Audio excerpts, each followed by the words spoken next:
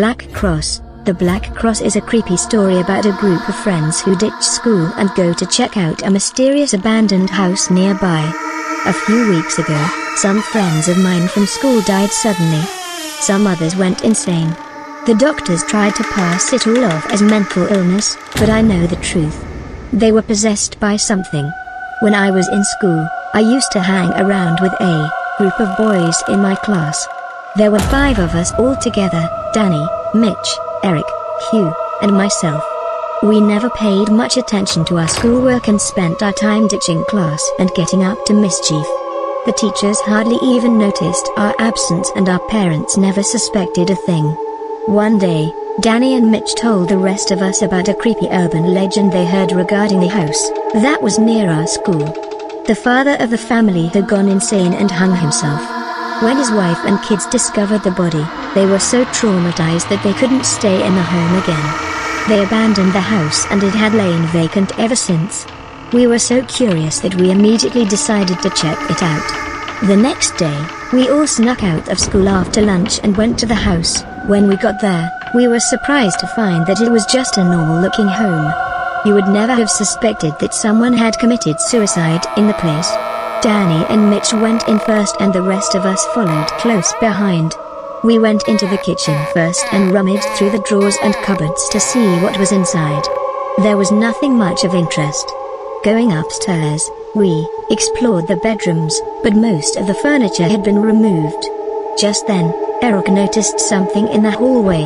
There were 2 small windows at the very end. They were high up, almost touching the ceiling. It seemed strange because there was another room behind the windows, but no door to access it. Standing on each other's shoulders, we opened one of the windows and all of us managed to climb through. There was a musty smell in the air. It stank of damp and dry rot. The moldy wallpaper was peeling off the walls. It was empty except for a desk in the corner with a black box sitting on top of it. On the wall above it, hung a large wooden cross. The strange thing was that the desk, the box and the cross had all been painted completely black. "I've got a bad feeling about this," said Danny, as he walked over to the desk and examined the box. Mitch was picking at the wallpaper. "This place gives me the creeps," he said with a grimace. Danny flicked the latch on the black box, opened the lid and looked inside. "I wonder what this is," he exclaimed. Just then, I happened to glance down at the floor. There was something carved into the wooden floorboards. It was some sort of symbol that covered the entire floor. A 5-pointed star with a circle around it. I recognized that symbol. It was a pentagram. Mitch pulled a long, sticky sheet of wallpaper off the wall. As he did so, it crumpled to the ground, revealing what was behind it. Underneath the paper, the wall was covered with inverted black crosses. Danny lifted something shiny out of the box. It was a small, golden chalice. "There's something in it," he croaked. "Some red liquid. I think it's blood." At that exact moment, the black cross above the desk burst into flames. Everybody froze. We all started to freak out. Danny turned as white as a ghost. He was still holding the chalice in his trembling hands. His eyes rolled back in his head and his tongue hung out of his mouth as if he was choking. Mitch started screaming in terror. He began climbing up the wall and crawled out of the window. I was right behind him, hoisting myself up and throwing myself through the narrow opening. I fell into the hallway on the other side, almost landing on top of Mitch. Hugh managed to clamber out through the window as well, his eyes wide with fear. I could hear Danny's voice screeching on the other side of their wall.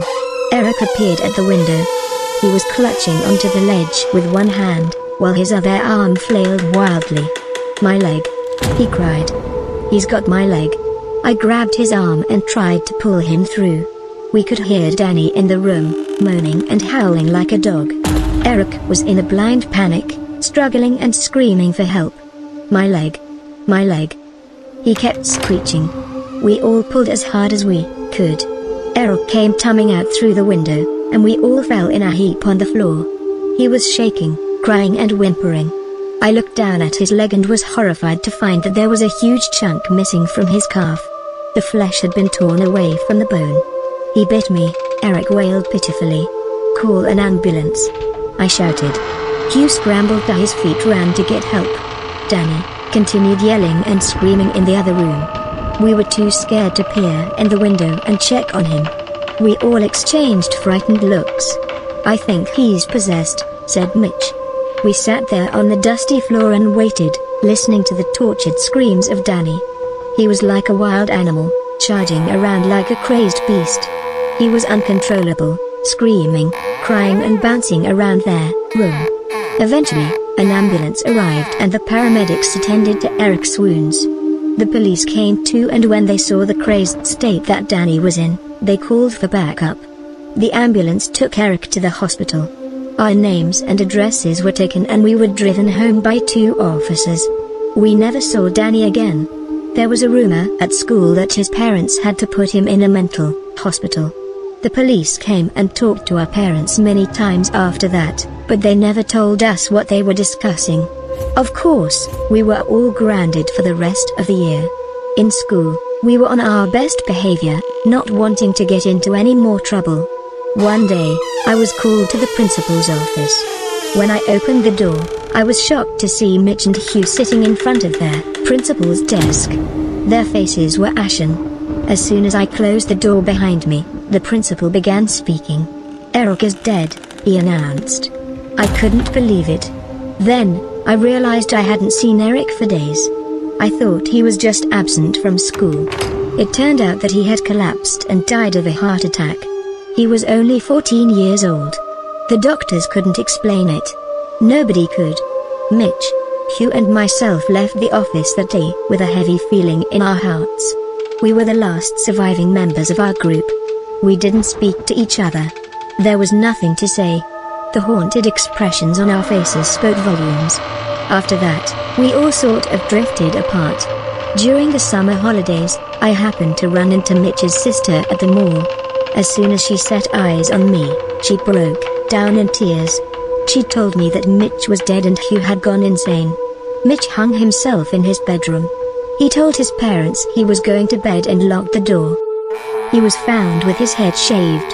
His hair had been glued, piece by piece, to the ceiling. His eyes and mouth had been sewn shut with a needle and thread. Hugh was found crawling down the street naked. He was laughing hysterically, and grinning like a maniac. He couldn't close his eyes. When paramedics sedated him and brought him to hospital, they discovered he had cut off his own eyelids. At that moment, I knew that we were all cursed and now, I was the only one left. A few days later, I was struck down by a mysterious illness. I had a fever and was confined to bed. All I could do was lie there. I couldn't eat or drink anything. It felt as if something was squeezing my chest and crushing me, trying to turn me inside out. I was sure I was at death's door. The whites of my eyes turned black. I was in so much pain that I didn't care if I lived or died. I just wanted it to be over. One night, Danny came to me in a dream. He had withered away to nothing. All that was left was skin and bones. His skin was charred and blackened and his eyes were completely white. "You're the last one," he whispered. "Yeah," I replied. "The only one who remembers what happened on that day," he said. "I know," I replied. "You should come here," he said. "You belong with us." "Where are you?" I asked nervously. "You know where we are," he chuckled. "We're in hell."